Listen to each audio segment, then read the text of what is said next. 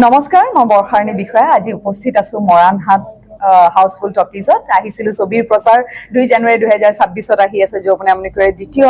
আহি মই এটা বৰ সুন্দৰ কথা গম পালো। ইয়াতে বৰ সুন্দৰ এক পদক্ষেপ লোৱা হৈছে আমাৰ স্থানীয় যুৱকসকলে। লগতে আছে অসমৰ জনপ্ৰিয় কণ্ঠশিল্পী কুসুম কৈলাশ।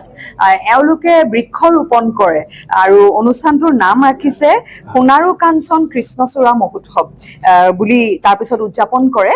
এবাৰ 6ষ্ঠ বাৰ্ষিক সোণাৰু কাঞ্চন কৃষ্ণচূড়া মহোৎসৱ আছে 2, 3 আৰু 4 জানুৱাৰী 2026 আৰু এইবাৰ তেওঁলোক প্ৰতিজ্ঞাবদ্ধ হৈছে যে 2 লাখ বৃক্ষ ৰোপণ কৰিব, 2 লাখ গছ ৰুব। সেইটো সঁচাকৈ খুব উল্লেখযোগ্য কথা আৰু খুব সুন্দৰ পদক্ষেপ আমাৰ সমাজৰ প্ৰতি, প্ৰকৃতিৰ প্ৰতি, আমাৰ নিজৰ প্ৰতি। যিহেতু আমি বায়ু সেৱন কৰিয়ে জীয়াই থাকো, গতিকে বিশুদ্ধ বায়ুৰ বাবে আমাক অক্সিজেনৰ বাবে কি প্ৰয়োজন? গছৰ প্ৰয়োজন। সেয়াই আমি কাটি কুটি শেষ কৰিবলৈ লৈছো। গতিকে এই ধৰণিক আমি যদি ধৰি ৰাখিবলৈ হয়, আমি জীয়াই থাকিবলৈ হয়, তেতিয়া আমাক গছৰ প্ৰয়োজন হ'ব। আৰু মই এইখিনিতে সকলোকে ধন্যবাদ জ্ঞাপন কৰিছো।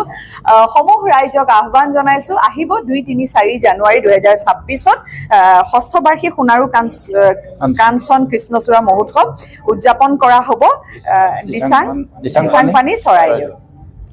ধন্যবাদ বা